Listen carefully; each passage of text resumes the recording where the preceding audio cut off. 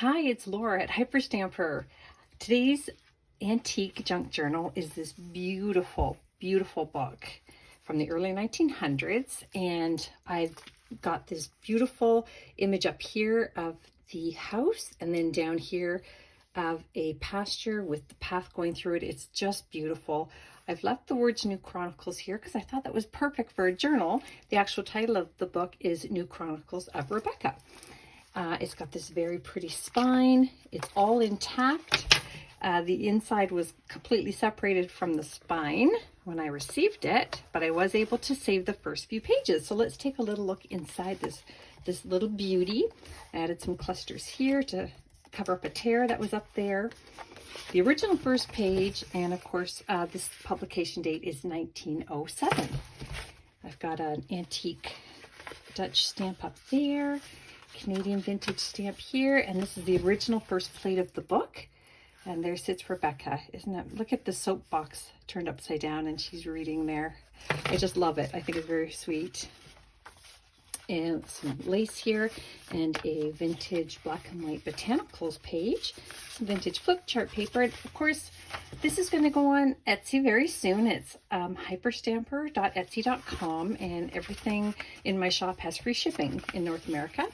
And everything in here is authentic antique and vintage ephemera. So, got that all out of the way. Beautiful 1920s things to make and do page here. And then this is from 1926, and this is one of the few full color pages. There are some that are two-tone, and this one is absolute full color, which for 1926 for a magazine is spectacular. Look at these dresses that these beautiful flapper ladies are wearing. And I mean, I just can't say enough about them. They're absolutely beautiful. I'm actually sad I'm parting with this one. It's really quite stunning. Down here is a 1940s children's book page. Look at them looking at the little fish.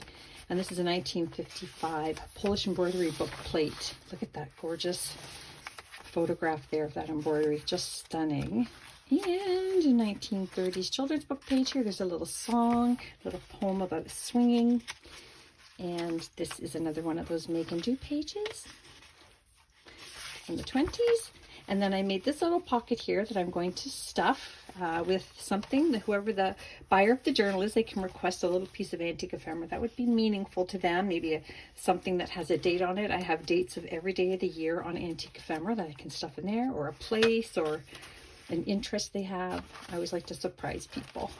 This is from the 1930s as well, this children's book page. And this is a vintage birds, eggs, and their nests book page, which is really gorgeous. Another 1930s children's book page here that I turned into a double pocket, and a 1953 receipt here from Lowell, Massachusetts. Isn't that great? I just love it. Sorry, I digress. I'm looking at it. I'm just fascinated by antique ephemera. I really am. There's another plate from this original book, and this is the interior spine of this book here. And this is just a page from 1936 in March, Thursday, March 5th, and Friday, March 6th. And wonderful Paris, France almanac page there that you can throw into Google Translate and really have fun reading the satire. That's during World War II, of course. And then here we have this wonderful full page children's book page from the 30s, Mr. and Mrs. Elephant. And this is a beautiful little antique page envelope. And this is another page from the young folks at home, how to dress properly. Another children's book page here with squirrels and cats and dogs. That lovely full color. This is from the very early 1900s on woodworking. This is the wood carving section of the book. And this is a wonderful Fantasyland page from a vintage children's book. And I made this little journaling pocket here. So you can tuck anything you like in there. I might even tuck something special in there for you. Little seaside page there, and some antique paper on the back to journal on as well. And on this side, I have this antique postcard here from Woolwich in Europe, and that is early 1900s, that one. It's actually in really good condition. This is the page is from the 1930s, but it was never written on. And then this is from a 1950s World Atlas. And that is Southeast Asia, which is really cool. Tahiti and all those wonderful places. And then this is my little window pane journaling spot here out of antique paper. And I just made a little journaling tag here as well out of antique ephemera. 1950s receipt there that you can journal on. And another journaling tag here from a vintage children's book page.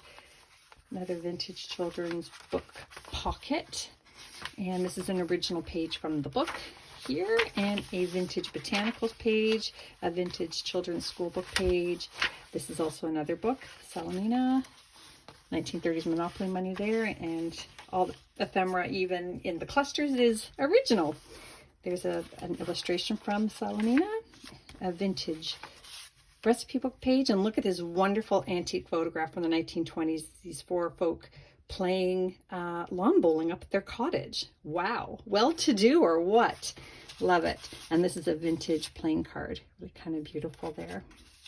And then over here we have another vintage children's book page. Look at the full color on this. This is actually closer to antique. This is from the 1920s.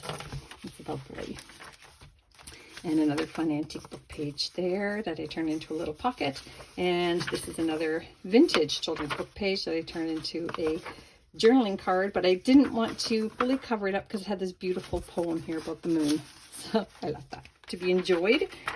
More vintage there, and just a fun little journaling card here that I put in this vintage dictionary page pocket. Not fun? Look at the line on there. And this is another original plate from this book here. Look, it's so beautiful. And another journaling tag here, a nice giant one. Another page from the 1937 down there, and the last page of the book.